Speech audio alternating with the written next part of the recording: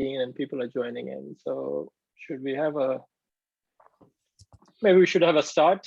Okay. So thank you very much for everybody to join. I'm really pleased to introduce today's speaker, Nicole Simpson. Nicole, thank you for agreeing to present today. Nicole has done very interesting, important work in immigration, including a very nice textbook as well in education and in earned income tax credit. And today's paper is basically looking at the implications of earned income tax credit and child tax credit for single mothers. This is pretty much fresh out of the oven, Nicole, isn't it? The paper, yeah. And so she'll really appreciate, I'm sure, any comments or questions. So please feel free.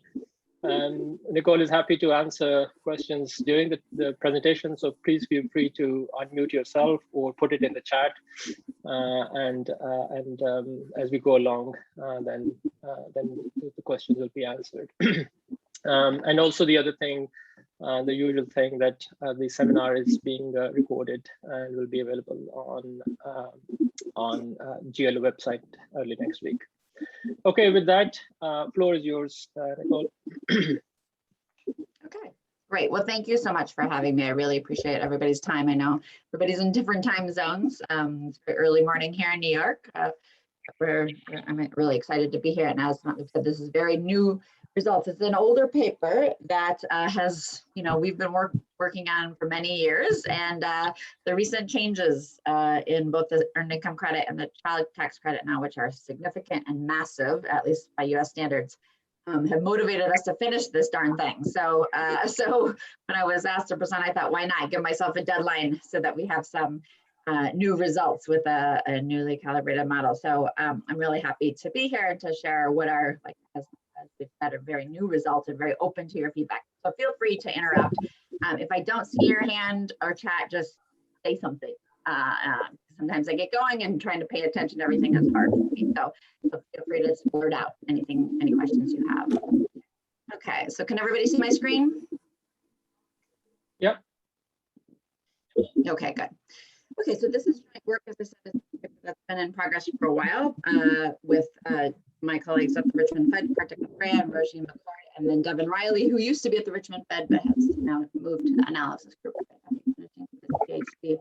And so it's really a focus on two major tax credits, in earned income tax credit and the child tax credit. And those who are from the US or have lived in the US probably have heard of both of these. They're very significant portions of our kind of welfare in the US. And we're really thinking through on the effects on its primary audience, its primary recipients, which are single mothers in the US. I know the UK has a very similar structured, they call it something different, but very much something like the child tax credit. In fact, the US version of it was modeled after the UK originally. And other countries do have similar programs, but of course, our tax system in the US is very unique. And in the sense that, recipients who receive, people who get these tax credits usually get it in lump sum when they file their income taxes in the spring. It used to be you could distribute it over the course of the year, but of course, so it's a very lumpy transfer. And what we're going to show you today is that it affects marginal tax rates very significantly through the phasing in and phasing out of these credits, and hence distorts labor supply, savings decisions, consumption decisions, that sort of thing. I know this is mostly a micro labor group. This is going to be more of a macro labor paper. We're going to specify a model, we're going to calibrate and have some quantitative results. That is, it's not an empirical exercise. We do some empirics to motivate and structure the model, but most of the work is going to be kind of a model calibration exercise and running a set of experiments, which are the heart of the paper. So I'm not going to spend too much time going through the model. I'll give you broad strokes. I'll give you a little bit on calibration, but really just get to our results since we're short on time running. Okay, so if you know much about the welfare system in the US, since the mid-90s when Clinton instituted major welfare to work programs, it shifted from being mostly a traditional welfare program to one that relies primarily on these tax credits. And so you see in total numbers how much the US is spending on each of these credits. The blue is the EITC, about 60 billion a year, and the child tax credit not so different. However, this has changed in the last couple of years dramatically. The EITC still is, it's a little bit higher than it was, but the child tax credit was effectively doubled in 2018. And then again, in this very recent stimulus package was increased again. So this is a doubling since then, and I can give you some raw figures for that. So of course, the EITC is a tax credit that really does target low-income working families, working being the operative word here, right? Because they have to have had earned income in order to qualify. The more they make, the more they get up into a point. So it really does target these working families, not those who are not working. The child tax credit is somewhat similar in that part of it is what we say is refundable. That is, you have to have some tax liability to get most of it, not all of it. And I'll go through that a little bit more.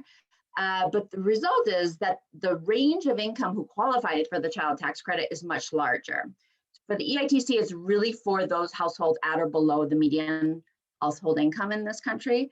The child tax credit ranges up to 200, and now recently, higher than that, 200,000 a year. So this is a broader range of households that get it. And in fact, some of the recent work, the very little empirical work that's done on the child tax credit really has shown that the very poorest of households don't actually get it. Okay, that it's really targeting middle and upper income households. But of course, lower income working families will still get the credit.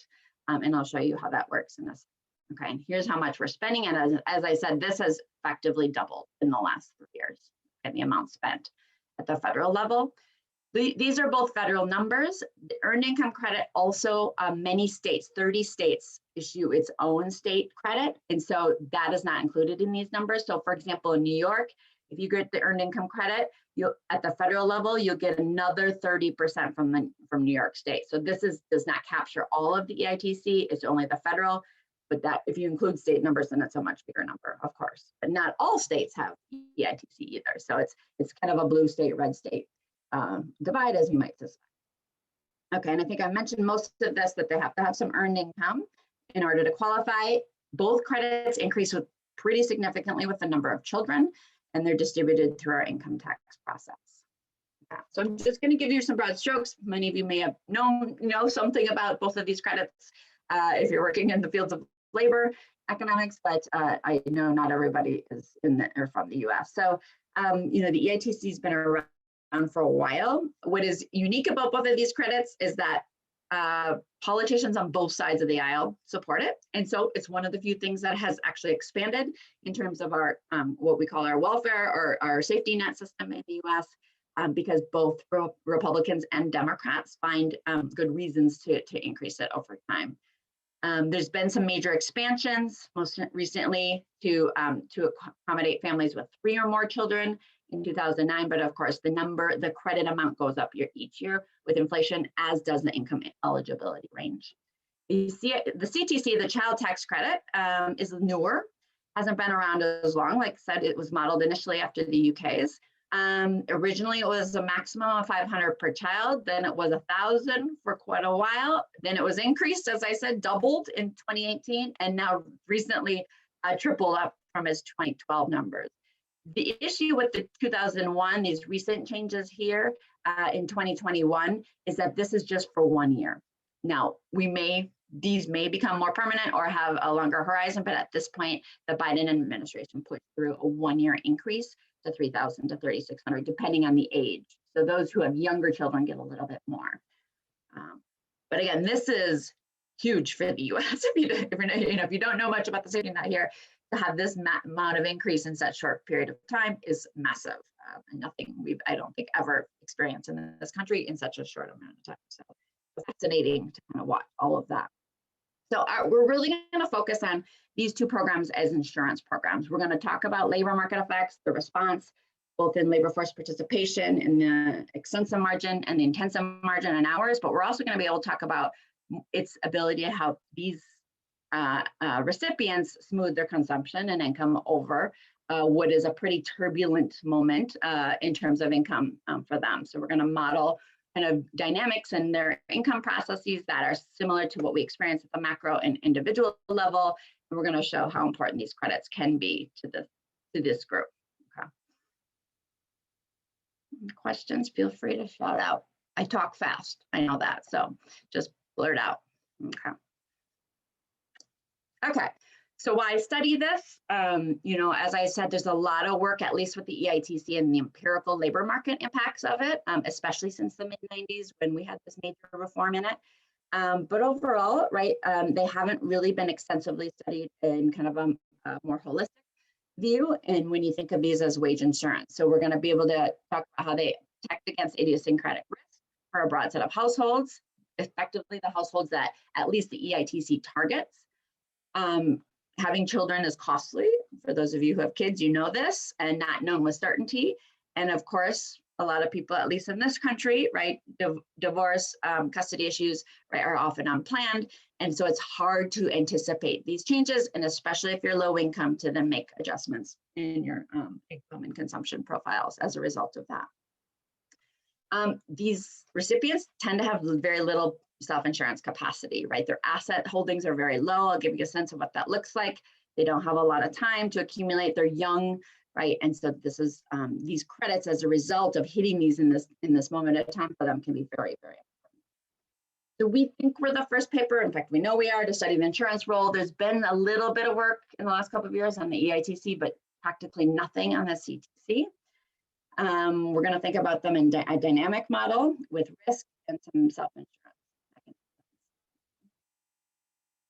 So for those of you, I don't know if people know much about the EITC, this is the 2020 tax year version. You know, I think it's a lot like other safety nets, right? Households are phased in for certain levels of income. The more they make, the more they get. There's a plateau region, and then of course many households, the majority of households are going to hit here in the phasing out region. In 2020, this is for a single parent. If you have two, you know, if it's a two-parent household, the income cutoffs are going to be higher. But for a single parent up to about 50,000, right, they're going to be eligible for the credit. And of course, the credit increases pretty dramatically from 1 to 2 to 3 kids. Notice this, these are the, right, the single-less, the childless singles, we call them, the childless singles. These are single people without kids.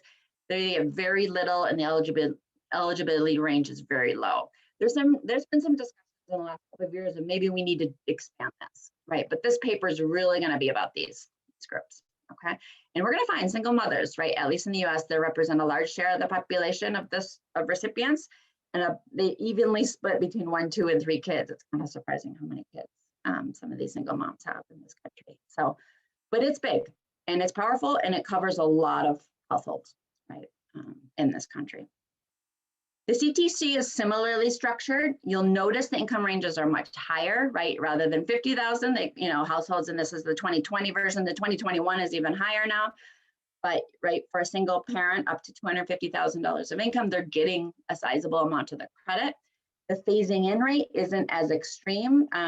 Just to give you a sense of these slopes, the slope for the EITC is 40% for 2 kids. So if you earn an extra $1, you're getting another 40 cents, right? That's going to be part of the marginal tax rate, you know, that we're going to build into the model. The phasing out region for those with 2 kids is 21%. So for every $1 earned, you're going to get 21 cents less in the EITC. So those are going to directly impact the marginal tax rates, which we're going to build into the model. The CTC has a similar structure, though. For a smaller range of income, do you have these marginal tax rates? Because of course the marginal tax rate here is 0, right? But here, this is roughly a 15%. There's a little jog because of the refundable part of what they call the additional child tax credit. But this is a slope of approximately 15%. The phasing out is 5%. Okay, so not as extreme in terms of the phasing in and phasing out. More people get the maximum credit. Okay? And again, prior in 2018, this max was 1,000. Right, so that's how much this thing has changed. And of course, now it's 3,600 for young kids. So it's changed dramatically recently. The income cutoffs have also changed recently. Okay. Any questions about that? Phasing in, phasing out. It's very similar to other types of programs that probably. May I ask a question? Sure. You talk all the time about single mothers. What about single fathers? Yeah. If their number is sufficiently large, it biases your result. Right. It's not sufficiently large. I'll give you a sense of how many single mothers, how representative they are in a second. But to give you a sense we looked at the 2019 current population survey to set all the model parameters, and fewer than like 4% are single fathers, where single mothers are something like 38% of that group. Thank you. Yeah, so there's very few. I run a program here, income tax program at my university in upstate New York, where we file income taxes for low-income households, and it's almost all single moms. It's kind of crazy, year in, year out. So, okay. It doesn't mean they don't have another adult living with them. There often is. They're not married, and that affects, of course, their filing status here in the US. Okay, so because of the phasing in and phasing out, this is the impacts on the marginal tax rate. This is a busy graph. I get that. So this dashed line is the EITC. With just the EITC, this is the phasing in of the 40%, right? And the phasing out here at 21% of the EITC. So it's having huge impacts on the marginal tax rate because of the phasing in and the phasing out. Similarly with the CTC, here's the phasing in at 15%, negative 15%, because of course they're getting a larger credit as it goes up. And then the phasing out, well, you don't even see it because there's so little range of it, is at 5%, but you can't really even see it there. So it goes from here to here. So there are huge effects of the EITC and the CTC on the marginal tax rate. It is clear from a lot of the work on the EITC that households who qualify don't really know how much. They know they get it. They don't know how much they're going to get it. They don't understand how the phasing in and phasing out works. And in fact, many of the clients we serve to help, we try to explain to them how it works, that you're going to earn more up to a point, you're going to level off, and then the majority of them are going to get less as they make more. And those are hard conversations to have when they're low income. But it is clear that most people don't necessarily understand the volatility in the marginal tax rates due to these programs. And then of course, if you look at, so this is just the federal income tax rate in the US. So the first 27,000, 28,000 or so don't face a marginal income tax rate. Then it goes up to 10% and then to 12 and then up to 21. So this is just the federal marginal income tax without the tax credits. This is with the tax credits. And you see, again, most of the households we're going to focus on are this range, how much their marginal tax rate is changing from, they're getting the EITC plus the child tax credit right here, right? And then they're, as they go up, they're phasing out of one or both, they're getting some income taxes, right? And all of this. So this is, right, the kind of craziness for these households. And of course, it's easy to understand why they don't understand how this works, right? They would have to have pretty sophisticated knowledge of our income tax system, which of course in the US, very few people understand it because it's kind of a black box. So this is what we're going to kind of use in our model to figure out how these households respond. Okay. Everybody okay with that? It's a lot to process, I know. Okay. So here's a snapshot. And again, I didn't report the single fathers, but there are very few here. So this is in 2019. For households with 2 children, that's the households that receive most of the EITC. It can be upwards of 35% of their income. So in one moment, right? These are lumpy payments. They're getting about 1/3 of all of their income at a moment in time when they file their income taxes. If they don't file, they don't get it. Okay, so that's why there's these large programs here in the US to reach out to low-income households to say you qualify and that will file your income taxes for free. Because of course that's not free for everybody in this country. But it's a big part of their income. And so again, over time, more and more people understand they qualify and that they have to file to get it. But it's definitely clear that they don't know what they're, unless they are repeat recipients. And some recent work on this in the EITC especially has suggested that there's a lot of persistence of EITC receipt over time for single mothers especially, but for the people it serves, that they're getting it year in, year out, 4 or 5 years in a row, and then they maybe drop out of eligibility and then they'll get it again. So there's a lot of persistence, and because of that, then these households kind of know that they're going to get their EITC at least, and about how much that's going to be. Okay? So that's important to understand and for our model too. So this gives you a sense, why are we focusing on this group? It is really the target group, especially for the EITC, not the child tax credit. They look very different from those who don't get the EITC, right? In terms of incomes, gender, that's education. So we're going to really focus on these young, unskilled, those without a college education, single moms. We could expand the model to do more. The results kind of all hold up. It just becomes much more complicated to keep track of everything. I'm already going to show you the results, and it's going to make your head spin a little bit. So we've tried to isolate and focus on the group in which it's most intentional for. I'm surprised that only 75% have children. Yeah, so there are these childless singles, we call them, right? They're very low income. They're usually like, 20, low, very young, working less than $20,000. They're going to get a little bit of EITC. Yeah. Mm-hmm. Okay. So here's the intuition, and the labor economists will know this if you've kind of thought about these things or teach courses where you talk about these credits. Both of these credits should increase labor market participation because they're sizable, and if they go from zero income to a little bit of income, the credit is large for them. The intensive margin is a little bit more ambiguous. There's a lot of work on this. Should increase for low income, the very poorest of households. But of course, fall as incomes rises. There's a lot of kind of results in the literature that suggest that these wash out or are actually quite small at the intensive margin. I think there's more reaction or response to hours by married, like second earners in a household. So if you're married and you're debating whether the second earner should work, right, there's larger response effects for that group, in fact, negative, because if you're a second earner, right, by working a little bit, you could push your household out of eligibility pretty easily. So those groups are going to be, have larger labor market responses. But for single mothers, the results are clear that in the mid-90s, with major welfare reform and with the economy as strong as it was, right, there was some huge impacts on labor force participation. And so now single mothers work at very high rates as a result of that, and there's less impact at the intensive margin.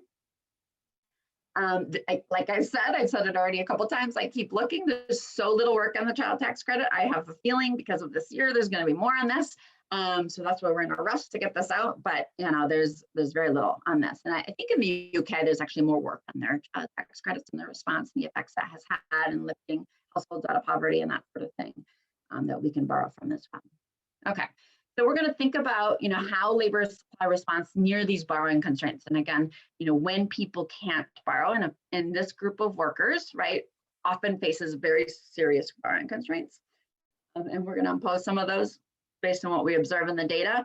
And we're going to see that actually has more bite. It kind of pushes them, right, forces them more into the labor market, even more so than if we didn't think about these borrowing constraints.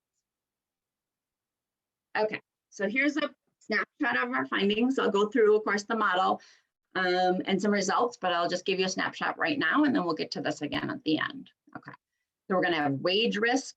We're going to have dependent risk. That is, people aren't going to know ex ante how many children they'll have with certainty. And so, of course, children affect consumption, income profiles pretty significantly. So we're going to have risk to dependence and borrowing constraints. And we're going to find that there's some really important insurance roles for both of these credits. We can sort it out by credit, and that's the new results that I'll show you at the very end. But of course, they're going to increase consumption and savings. These are very low wealth households, right? Often negative wealth households. So the savings amounts are going to be low, but there's going to be some important response there. It's going to ensure against productivity or wage risk, right? It reduces their consumption volatility per year by about 6 percentage points on average over the long run. It's going to insure against how many kids they have, because of course this is not known with certainty. And we can also reiterate some of, I think, support some of the empirical literature on some of these, the labor market effects, right? We're going to see some pretty, we're going to consider an experiment where we have a world with what we observe in terms of 2019 in these tax credits, and then get rid of the tax credits and see what happens. And getting rid of these tax credits will have some pretty huge effects on labor force participation by decreasing it, and hours worked as well, but not as large on the intensive margin. Okay, so we're going to think about a benchmark economy to 2019, and then we're going to run some experiments, some counterfactuals, and see how these households respond. That's the macro model part. Okay, there's some literature, there's some in the macro literature, macro labor literature actually, that think about wage risk, right? Borrowing constraints for low-income households. This is all, fairly new work in general, with a few exceptions. My co-author Kartik Kathreya has had some stuff on how important that credit constraint is for these households to smooth consumption. Of course, there's a huge empirical literature that continues, especially on the EITC, with people like Hilary Hoynes and Hoch and Schultz, others working on this for decades. So there's a lot of good work to go from. We're going to build in this family kind of shock, right? Number of dependents that's similar to some earlier macro labor type household models. There are some fairly, I would say, more recent papers that think about the EITC in a dynamic framework. Sometimes it's an empirical dynamic framework, usually, where you think, the Chan paper really confirms this mid-90s reform, the impact that had on labor market participation for single moms. There's some work on the transition from part-time to full-time. I see this all the time in the clients we serve. A lot of the households I work with, our single moms have not just one part-time job, but like 3 part-time jobs, right? So they're adding part-time work to aggregate to something like a full-time job. That's the state of our labor market in this country, but it is, right, they're incentivized to add those part-time jobs so that they can get more income and hence more EITC. So, there's some really good work there. Of course, Hilary Hoynes has a lot on this and thinking through it as its role as a safety net against an aggregate risk, kind of macro shocks. And then, of course, very recent work, these, a couple things recently are all MBER papers that aren't published yet, but really that there's a lot of persistence in EITC. I see that in the same clients coming back year after year, and very little done on the child tax credit, with a very recent work really quantifying that the CHTT isn't, right, hitting the poorest of households, the very poorest. Unfortunately, it's targeting more middle income households. Okay, so here's the framework. I'm just going to give you broad strokes because I want to get to some results. So if you want more, I can, this paper exists, but not in an updated form, so I didn't distribute it. If people are interested in seeing more of this, feel free to write me and I can send you what is our working version with just the very new results as of this week. But I wasn't comfortable enough yet sharing it. We're not ready to kind of broadly share it. But if you want more details, I'm happy to give you more later on. But we're going to focus on this unskilled group. Again, we could add more. It just makes the model more complex. And still, again, the most interesting results are for this group. And so that's what we've decided to focus on. Workers are going to work for a certain number of their working life for 47 years. They're going to retire then. There's going to be a borrowing constraint. First, we'll impose that they can't borrow, so X bar would be 0. We can, of course, relax that. And then, households, we had to think about the kids, right? In this framework, you could build in fertility decisions, all of that. And there's some interesting empirical work about how the EITC does have some effects on fertility, especially for the young single moms and mothers in general.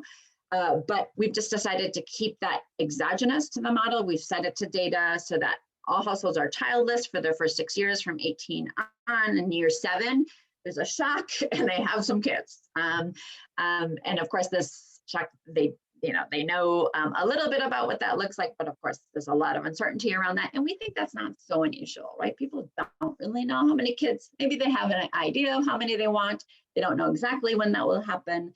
They may change their minds, of course, and things may not work out. So, we don't think this is a crazy way to approach this. Kids will live with their parent until they become independent, 18 years. That corresponds with how the EITC works in terms of eligibility. You can get some EITC for full-time students in college and disabled adults, but the majority go to minors who are under 18. So we're going to focus on them. And same goes for the child tax credit. You only get it if they're under 18. This is important, the wage shock, right? Because there's a lot of uncertainty on this model, and this is something we can build in that maybe a kind of more micro model can't. We're going to specify to what we observe in terms of mean wages at each age group based on CPS data, but then there's going to be both persistent and transitory shocks that households will have a process for, but of course won't know exactly what they're going to make. And that wage uncertainty is important to model. We see it in the data. There is a lot of uncertainty. And of course, people don't know and have to build in economic decisions around that uncertainty. This is a mess, but actually there's nothing too crazy here, right? We have a utility function that depends on consumption and leisure. Right? We're going to weight these by an equivalence, age-specific equivalence scale. So we're thinking about the right measure of consumption in a household by adjusting for household size. This is a constant relative risk aversion utility function with a weight between consumption and leisure, right? Again, all of these are kind of off-the-shelf parameters we can take from other macro labor literature. There's some retirement. They're going to get utility from retirement consumption or wealth. So while it looks like kind of a mess, it's actually pretty straightforward and standard in this set of models. The budget constraint, people consume, they save, right, which is just kind of by the interest rate. They earn wages that are after tax, net of their leisure, right? The tax rate is a function of their income, of course, as I've showed you the marginal tax rate schedule. So we're going to pull in that marginal tax rate schedule here. They're going to get some welfare, okay, and I'll show you what that looks like in a second. So again, labor income, welfare, and some savings, right? Pretty standard stuff. And here's their savings, their borrowing constraint that they can't borrow, at least to start. And we can relax that. The welfare here, they're going to have access to some safety net. So, of course, these households qualify for all sorts of things. In the US, that takes the shape of SNAP or food stamps, some household subsidy, housing subsidies, Medicare, Medicaid, that sort of thing, healthcare. So we're going to build in all that stuff that we observe into this welfare function, where we're guaranteeing some minimum level of consumption based on the data, and we're going to say that households at least have to earn that amount. How that plays out in the data ranges between, I think, 6,000 for those without kids and 20,000 for those with kids. So that's a range based on what we observe in the data. So they're going to be guaranteed some minimum amount of consumption, even if they don't work. Okay, and that's based on what we observe in 2019 in our safety net in the US. They're going to realize how many kids they're going to be endowed with at some point, and then they're going to make their decisions. Okay? And so it's solved recursively. We discretize everything. I can give you all sorts of details about this, but I won't this morning. But it's a very standard kind of macro computational approach that we're taking. Crazy here. Okay. Everybody okay? I'll just pull off a few parameters that I think might be of interest to this group. We're going to assume that they can't borrow. Pretty standard amount of risk aversion. And again, with respect to leisure and consumption, these are off the shelf. We're taken from macro labor work that people spend a lot of time thinking about what the right number for these. Of course, we can change these and see how things respond. We have done that at some point, not recently, but we certainly pretty standard risk-free rate of 2%. And here's this minimum consumption floor. Right? It's going to vary by how many kids you have, up to about 20 in the US for those with 3 kids. All the wage data, the shocks are going to be set using CPS data at each age for our households for this group, the unskilled single mothers. Okay. So any questions? Sorry, Nicole, Yep. could I just, so I'm slightly confused about this shock of the children. So in a way, I mean, decision is going to be made, then they might be deciding, so 2 questions in a way. One is this shock element of it. It might be the standard thing, so I'm not sure. And the second is, are they deciding how many, or is that a shock as well, 2 or 3 or whatever? Yeah, it's at a moment in time, they're going to get 0, 1, 2, or 3, right? And it's a shock. They're not making that decision, right? And so we base it on the distribution of these households that have 0, 1, 2, and 3 or more kids. So, the shock is consistent with what we observe in the data in terms of the distribution of household size for these households, but it is totally exogenous, right, shock for them. Okay, but I mean, in essence, I mean, in reality, is there any evidence of people using it as a strategy as well? So low-income people kind of having children just to get more income, so to speak. Yeah, there is for the EITC. There's some work on this. The results are that they do document some effects. They're not huge. So it's not like the EITC alone is going to motivate people to have more kids, because of course it's not covering the full cost of having those children. But there is some small effects, yes, for the EITC. There's no work on the CTC, at least in the US. There probably is in the UK. I think I've seen some work actually on that, on fertility. But yeah, so there is, we're refraining, we're not considering the endogenous fertility decisions here. We've actually started a model at one point where that was in there. Yeah, and for lots of reasons, we've just decided to kind of punt on it, but we could do that.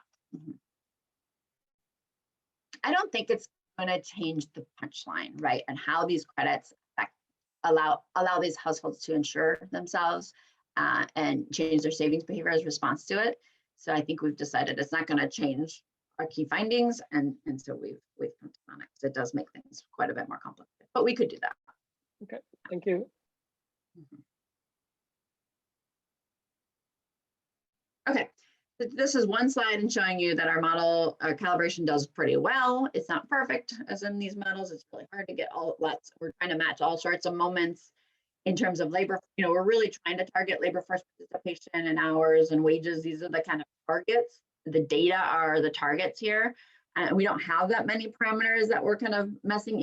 I come from a department that is mostly empirical, and they're like, you're just rigging it. And we're not rigging it, right? We're changing parameters to be able to match a set of data points as closely as possible. We can't do it perfectly because it's all discrete, and so there's jumps, but we do a pretty good job in matching what we feel like are the key features. That is things like, how frequent, what share of them are in the labor force, how many are getting the EITC. That's what we call the EITC participation rate. It's not like they're choosing to participate, they're getting it, but the share that are getting the EITC. Hours worked, we're a little high here, model versus data. We're a tiny bit high here, but not actually too bad. This is per year, right? So if everybody were to work full time in a year, right, we're assuming the max is 2,000. Of course, lots of people don't work full time all year, especially in this population. And so the data say on average, they work about 1,200 hours, depending on how many kids they have. The more kids they have, the less they work. That's not surprising. And we're doing pretty well in matching that. And of course, then this is median wage in 2019 for these households. Again, not perfect, but close. Okay, so we have a set of parameters that we're trying to set to match the key features, and we think we did a pretty good job here. We also have asset holdings. Asset holdings in the US data are very tricky to get for low-income households. The primary source is the Survey of Consumer Finances. Of course, that undersamples the very poorest of households. So we have some work on that, and we're still working on that, but we do pretty well matching asset holdings too for this group. Okay, so that's all I'm going to say about the calibration, because I know people don't really love that part, and I'm going to focus on what is the heart and soul of the paper and the experiment, and then I'll leave some time for questions here in about 10 minutes. Okay, so we do the extreme counterfactual to start. We say we're operating in 2019 with all these credits, the EITC, the child tax credit, and traditional welfare as we observe. And then we get rid of the child tax credit and the EITC and see what happens. So it's an extreme experiment, but it's kind of, a goalpost for us to see how important these things are in combination. Okay, and then we're going to isolate the effects of each, which is the new set of findings. So this is, remember, a long run kind of analysis, right? These are macro models. So it's the decisions of a cohort whose members have used these decision rules in the absence of both of these. They're making decisions over the course of their life. It's not like all of a sudden they disappear and now things change. It's they never had them. Okay, so think about that as our exercise. And so that's very different from the empirical strategies that many of you exploit. And we respect that and we understand that and we know we're doing something quite different. Okay. So here's what we get. Here's a lot of numbers. And so I put that, I went back and forth yesterday. Do I keep all these numbers because they're overwhelmed? But then I want to convince people that our numbers are actually reasonable, right? So if I only give you qualitative answer, the qualitative effects, then you wouldn't maybe buy what I'm doing here. So I'll give you a few numbers, but I'm not going to give you tons. But the key here is that these tax credits are important. They increase labor force participation by quite a bit. Right? Without these tax credits, look at how few people would be working. These single moms would be working. Okay, so they are definitely incentivizing people to work. They do, right, reduce hours. So by having the credits, right, they're working fewer hours because, of course, there's some income effects going on here, right? They're better off by working, and so they're motivated here. They do save more as a result of both of these credits because they have more, right? These are sizable. Remember, for a low-income household, it's about a third of their income. If they're making $20,000, that's $6,000, right? That's a sizable income effect there, and that's going to have important effects on asset holdings and consumption. So they're better off in a consumption way. They're saving more, but there are some important labor market distortions here. Okay, if you get rid of these credits. Okay, so they're important into these marginal tax rates. Okay, let's look at a few things, right? Labor force participation changed a lot, right? And in the 90s, we have observed, as a result of the massive reform, there were sizable 10, 15% increase in single moms working as a result. So these are not totally crazy numbers. They do go up a lot for the single 3 kids, right? If you're a single mom, make $20,000 of income with 3 children trying to pay daycare, right? It's hard to work, right? And these credits are helping them to work, and without them, they won't work. Okay, so it's not totally crazy. Mean hours fall, and they do savings. So nothing surprising here. Okay, there is some interesting consumption smoothing, right, going on. But as a result of the credits, consumption goes up. We do get a little bit more standard deviation in consumption as a result of the volatility of these credits, right? The marginal tax rates move around. But overall, the coefficient of variation, right, which is the ratio of the standard deviation to the mean, right, is falling as a result of these credits. So there's less volatility in their consumption due to the credits, and it's sizable, 6 percentage points, right? If you get rid of these credits versus having them, right, consumption volatility is going to fall pretty significantly as measured by the coefficient of variation. Okay? If you have just the EITC alone, which is what we originally had, right, it will reduce, actually it reduces this as well. It increases the mean and reduce this. So the child tax credit is actually pushing up the standard deviation a little bit. Okay? So that gets at the insurance role to some extent. So experiment 2. Okay, so experiment 1 was get rid of the credits. Experiment 2 is going to be keep all the credits, but cut welfare. Okay, so welfare for a single mother with 2 children goes from $16,000 to $8,000. Okay, pretty brute force experiment. Right, these are the kind of the crazy things we can do in these models, but they're kind of interesting. So what you see here, and I'll summarize this on the next slide a little bit, is that welfare is having huge impacts on labor force. Like look at, you go from left to right. Can you see my mouse as I'm moving around left to right? Yeah, you go from left to right, that's cutting welfare. If you go down within a row, right, that's getting rid of the credits. So you kind of think eyeball this change versus this change, right? And you see huge impacts going this way in terms of labor force participation. So welfare will motivate everybody, right? If you cut welfare, they're all going to work. Okay, more so than if you cut credits, but this is still big too. Okay, hours change in both dimensions, both upward to some extent, right? If you cut welfare or you get rid of credits, and this is of course the combination of the two. Asset holdings change a lot with wealth, so welfare is important to savings more so than the credits are. And similarly, here you get kind of no effects on consumption from cutting welfare, but all of the effects from credits.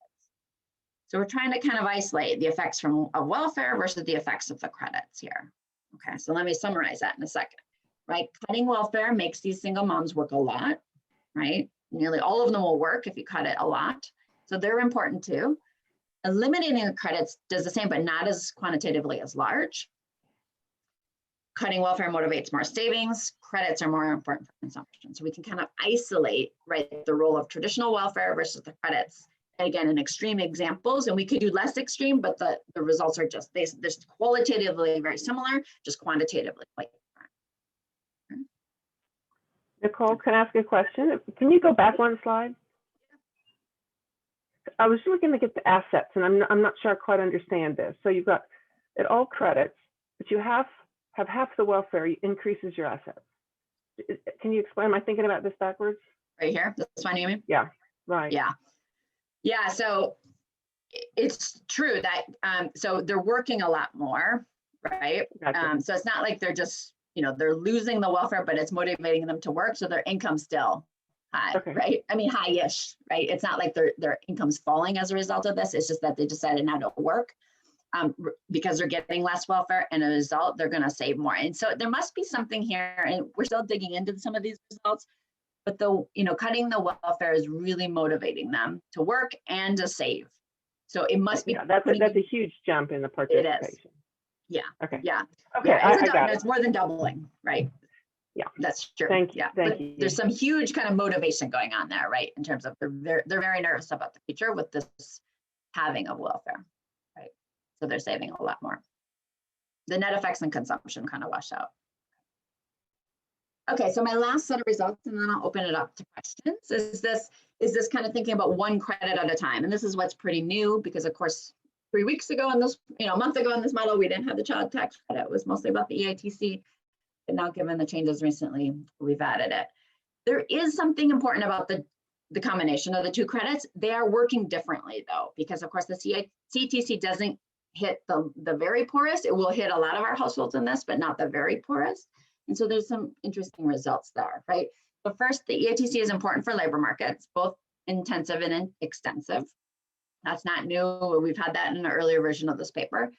But the CTC is also important in labor markets, but mostly in the extensive margin. So you see no credits, all credits. Those are the ones I've given you before. And here's only EITC, only child tax credit.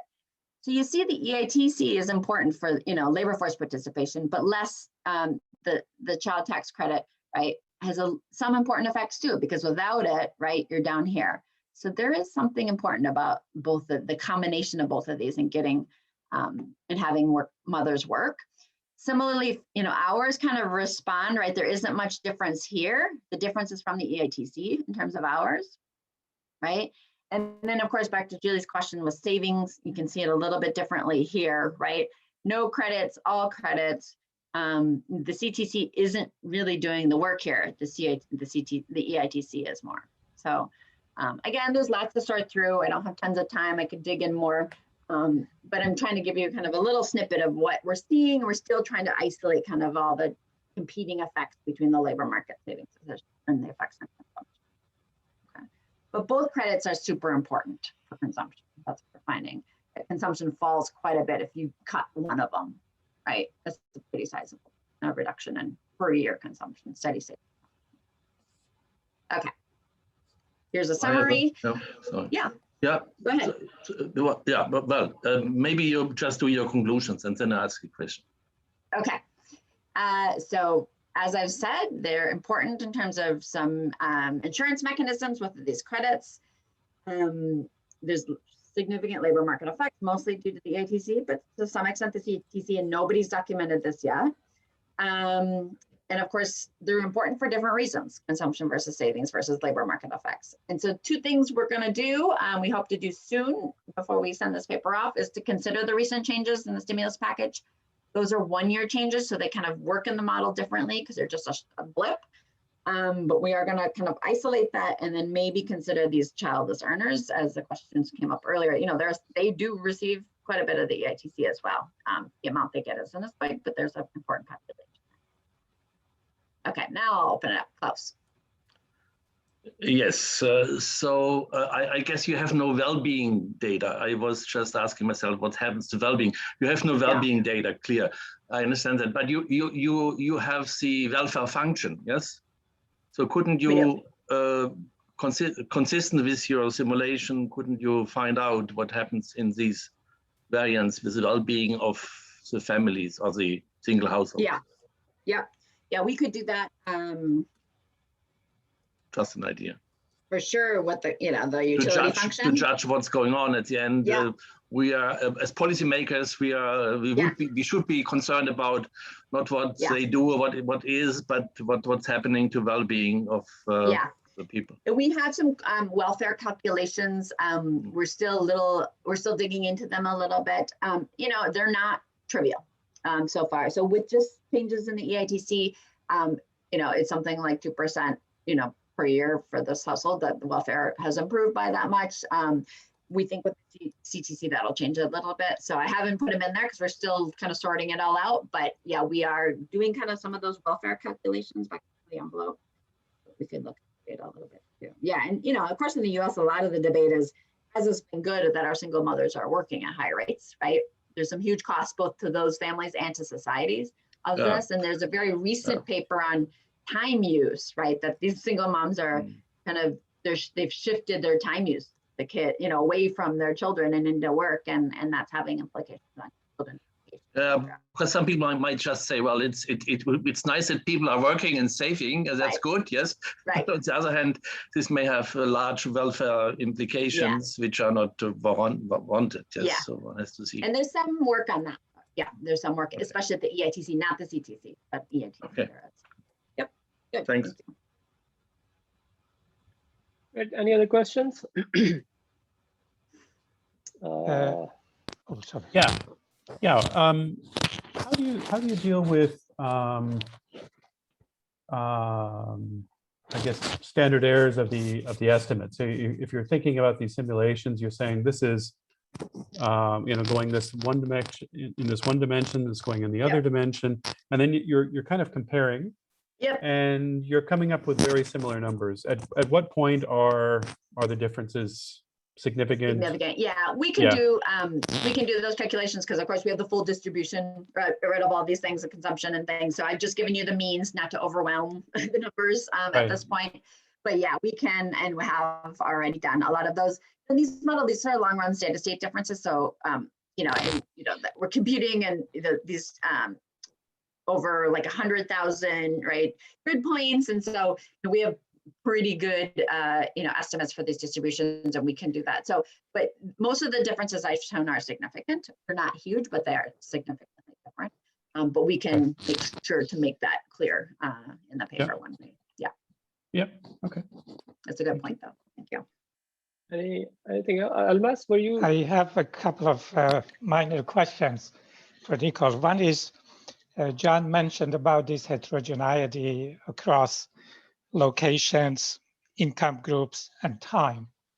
It would be interesting to do. A second one that is, I just wonder, is this tax credit. You look at the short-term effect, like within a year, how it affects labor supply and consumption. What if this tax credit is divided in two parts? One part goes to the short-term consumption changes, another part goes to account for children's future education. So the children do not become like a mother without college education you mentioned. Mm-hmm. It will promote labor supply. At the same time, it also gives a future guaranteed for children so parents can have a better welfare while they are retired. Just wonder if one can back it up into the model to give something also extra than the actual situation. Yeah, and I think that seems to me like a different paper, but we could absolutely, and I have papers where you have human capital investment, among children, and that parents are making those decisions at the same time as their own consumption and savings decisions. And so, yeah, you could add into that, a human capital decision for the children. I mean, often for the mothers too. Many of these mothers are young, so some of them are still investing in themselves. So We have extracted from that at this point, but we could, I think, easily do that. That seems like a different paper because then it's about the role of these credits in human capital accumulation for both the mothers and children too. And so there's, again, a little bit of empirical recent work by Hilary Hoynes on this, that they're looking at educational investment from the EITC, and they're finding some significant impacts, especially for children of EITC recipients. But again, you need long panels of data to be able to isolate those effects. But yeah, that seems to be like a reasonable next paper to write on this topic, right within our model framework for sure. Yeah, thank you. Okay, anything else?